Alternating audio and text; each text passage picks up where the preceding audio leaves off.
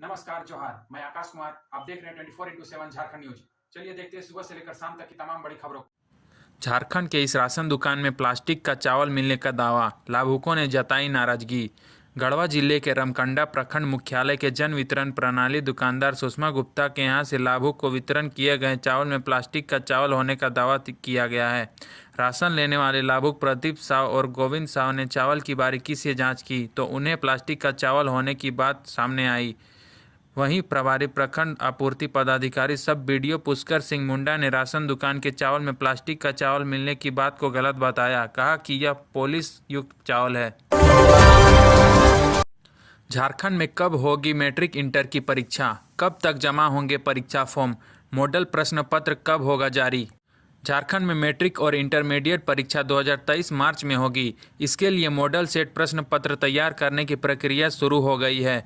संभावना जताया जा रहा है कि प्रश्न पत्र 15 जनवरी तक जारी कर दिया जाएगा।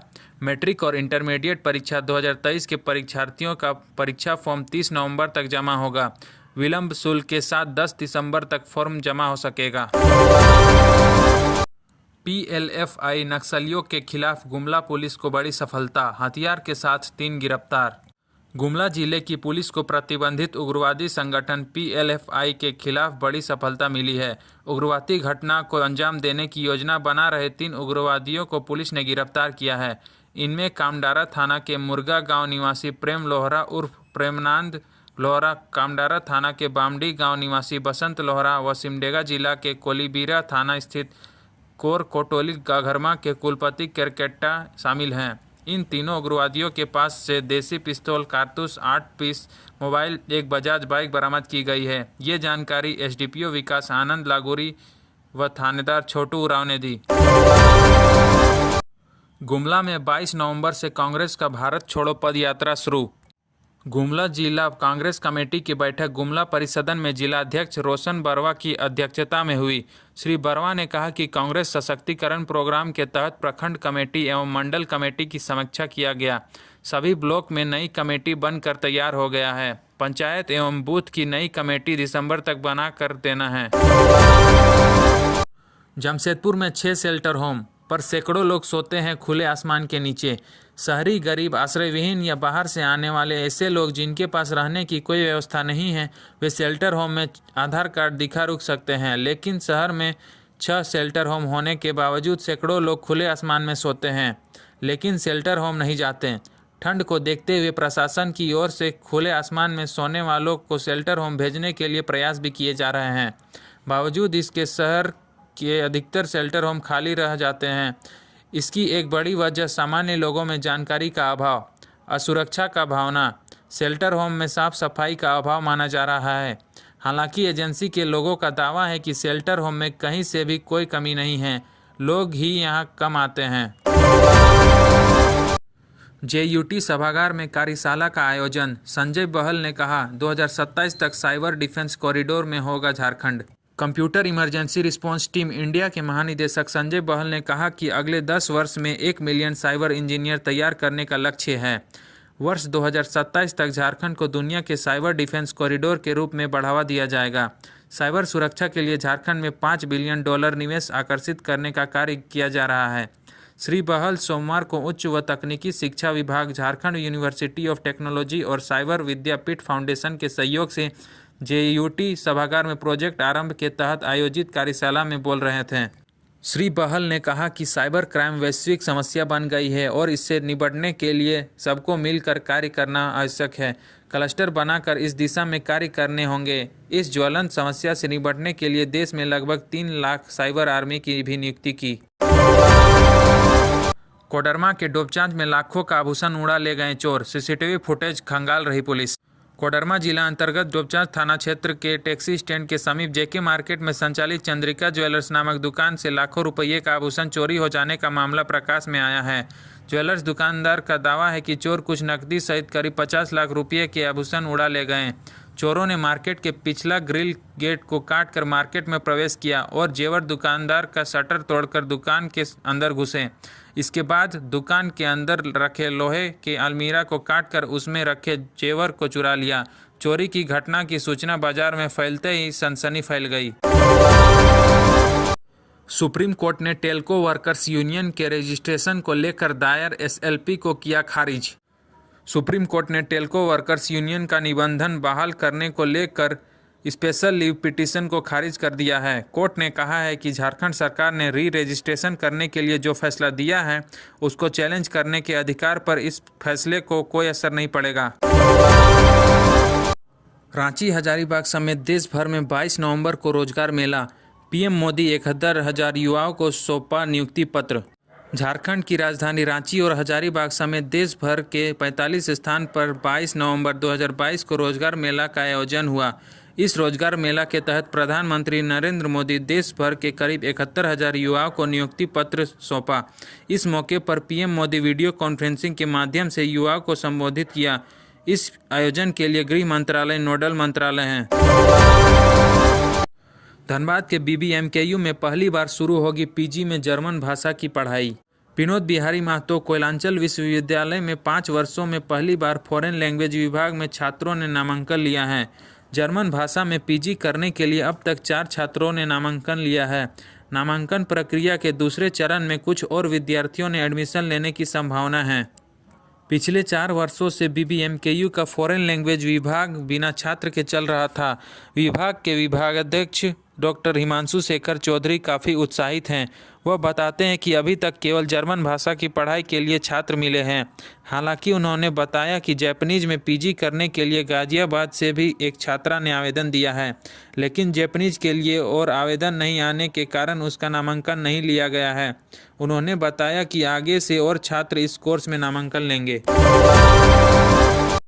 झारखंड के जिन इलाकों में जहां पावर लॉस ज़्यादा वहां अधिक काटी जा रही बिजली।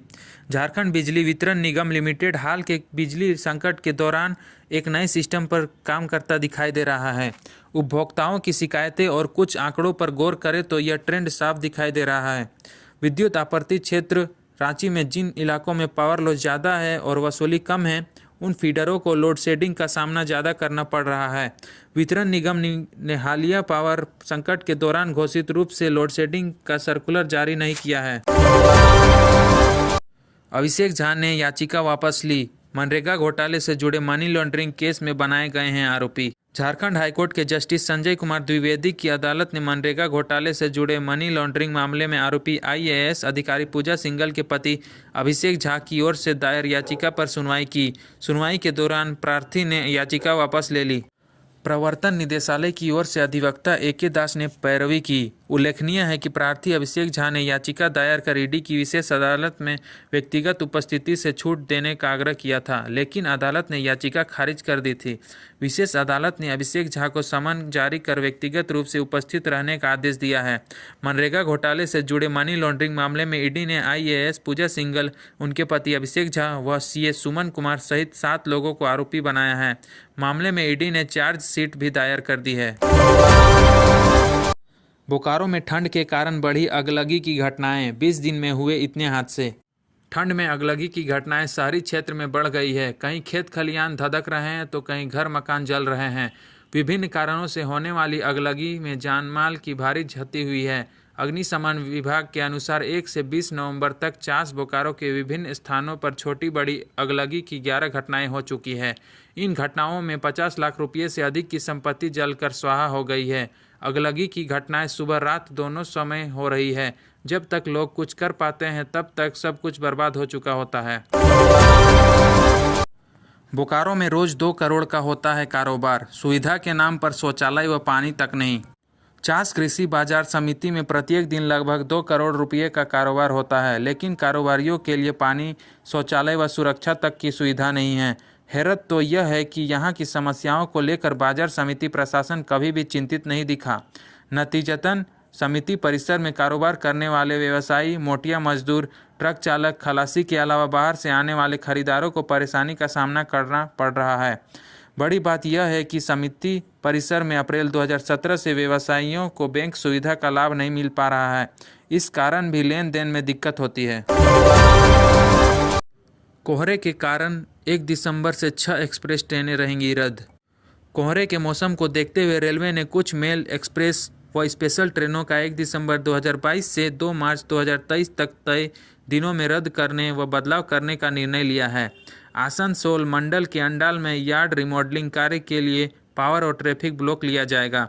इस दौरान 6 ट्रेनों के रूट में बदलाव किया गया है। यह जानकारी डिवीजन की ओर से प्रेस रिलीज जारी कर दी गई है। इन ट्रेनों की रद्द होने की तिथि मेरे डिस्क्रिप्शन में दी गई है, कृपया उसे जाकर देखें। जमशेदपुर के अनंत राणा बने आयरन मैन, 5.27 घंटे में पूरी की स्विमिंग, साइकिलिंग व रनिंग। जमशेदपुर में सोनारी के रहने वाले अनंत राणा ने इतिहास रचते हुए दुनिया की मुश्किल ट्रायथलॉन कंपटीशन आयरन मैन का टैग हासिल कर लिया है। टाटा स्टील में कार्यरत 29 वर्षीय अनंत राणा ने गोवा में आयोजित आयरन मैन इंडिया 70.3 कंपटीशन में तीसरा स्थान हासिल किया।